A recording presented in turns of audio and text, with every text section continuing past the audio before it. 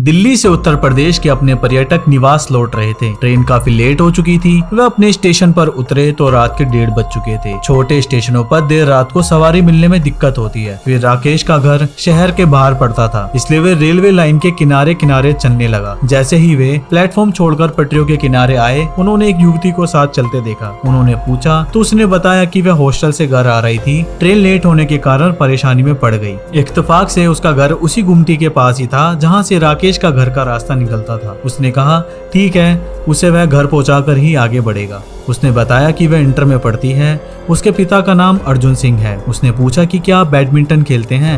राकेश ने कहा हाँ खेलता हूँ। उसने बताया कि वह टूर्नामेंट में उसे खेलते हुए देख चुकी है। रेल लाइन के एक तरफ खेत थे, दूसरी तरफ छिटपुट आबादी। कुछ घर भी बन रहे थे, कुछ घरों से रोशनी आ रही थी। उसके साथ बात करते हुए कब हमें रेल फाटक के पास पहुंच गए हमें पता ही नहीं चला। उसने इशारे से राकेश को अपना घर दिखाते हुए कहा कि अब वह चली जाएगी। राकेश ने कहा कि उसे घर तक पहुंचाकर ही आगे बढ़ेगा, लेकिन उसने कहा अब कोई परेशानी नहीं है। राकेश ने कहा कि वह घर पहुंचने के बाद उसे आवाज देगी, तभी वह आगे बढ़ेगा। बहरहाल उसने अपने दरवाजे पर पहुंचने के बाद आवाज दी। वह अपने रास्ते पर चल पड़ा। 2-4 दिन बाद राकेश शहर की ओर निकला तो उसने घर के पास से गुजरते हुए उस लड़की की याद आई। उसने पास के दुकानदार से पूछा कि अर्जुन सिंह का घर कौन सा है। उसने एक घर की ओर इशारा करते हुए बताया कि गेट के पास जो टहल रहे हैं वही अर्जुन सिंह है। राकेश उनके पास गया और कहा नमस्ते अंकल। वे राकेश को पहचानने की कोशिश करने लगे। राकेश ने कहा कि अंकल 3-4 दिन पहले मैं रात को स्टेशन से रेलवे लाइन होकर आ रहा था तो आपकी बेटी रेखा मेरे साथ आई थी। अब वह कैसी है? अर्जुन सिंह राकेश की बातें खामोशी से सुनते हुए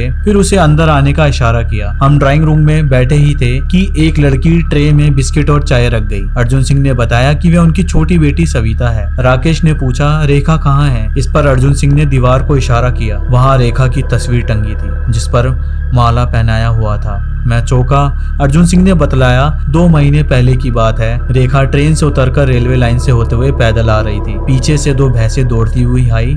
कुछ लोगों ने शोर मचाया तो रेखा ने पीछे मुड़कर देखा। उनसे बचने के लिए वह रेलवे लाइन पर दौड़ गई। उसी वक्त एक ट्रेन आ रही थी जिससे वह कटकर मर गई। यह कहते कहते उनकी आंखें डबडबा गई। फिर थोड़ा संयंत होकर बताया कि रेखा बहुत हंसमुख लड़की थी, हमारे घर की रौनक थी, पढ़ने में बहुत तेज थी। अच्छा बताओ वह तुमसे मिली थी तो उदास नहीं लग रही थी? तो राकेश ने कहा कि नहीं, वो सामान्य छात्र की तरह बात कर रही थी। कहीं से ऐसा नहीं लगा कि वो परेशान थी। राकेश धीरे से उठा और बोला अच्छा अंकल चलता हूँ। अर्जुन सिंह ने कहा ठीक है बेटा, आते रहना। राकेश भावुकता में बहता हुआ बाहर निकला।